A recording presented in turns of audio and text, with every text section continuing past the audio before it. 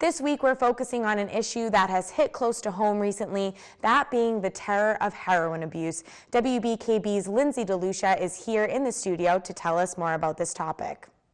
Thanks, Bethany. Tonight we're exploring heroin abuse from the side of the law enforcement, learning about how the Huron Undercover Narcotics Team and local officials take on this issue.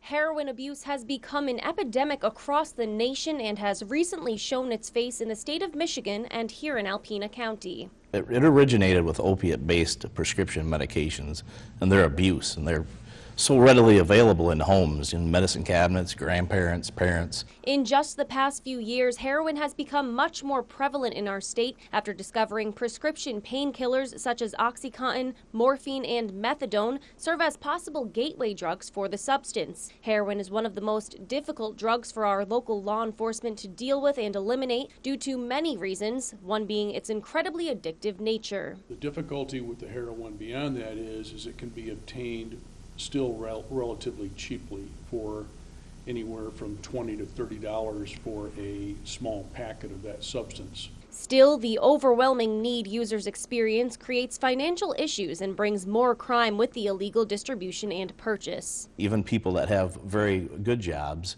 can't afford their habits, so they have to resort to retail fraud, assaults, robberies, crimes against persons. Law enforcement sees dangerous situations when users purchase heroin from a distributor without knowing the purity level of that heroin or what it may be mixed with. There's an extreme element of chance when they engage in those episodes, and unfortunately, over the past handful of years, we've seen increasing instances of overdose situations with heroin, some of which unfortunately have been fatal. The state of Michigan alone suffers greatly from the growing drug and opiate problem in the nation, with heroin-related overdose deaths increasing from about 400 in 2009 to just over 900 in 2014. Our overwhelming goal and focus is to identify those people who are bringing these particular substances to the area in bulk and then selling that to the people that are consuming it. Michigan State Police, including the Alpena Post, are also trying to eliminate this issue by providing a spot to safely dispose of unwanted medication with the Big Red Barrel Project, getting rid of any possible cause for addiction.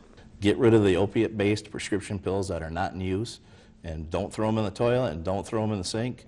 You can bring them to the police department and we'll dispose of them properly. If we can eliminate that, I think we'll save our community a huge problem. In Alpena, Lindsay DeLucia, WBKB News.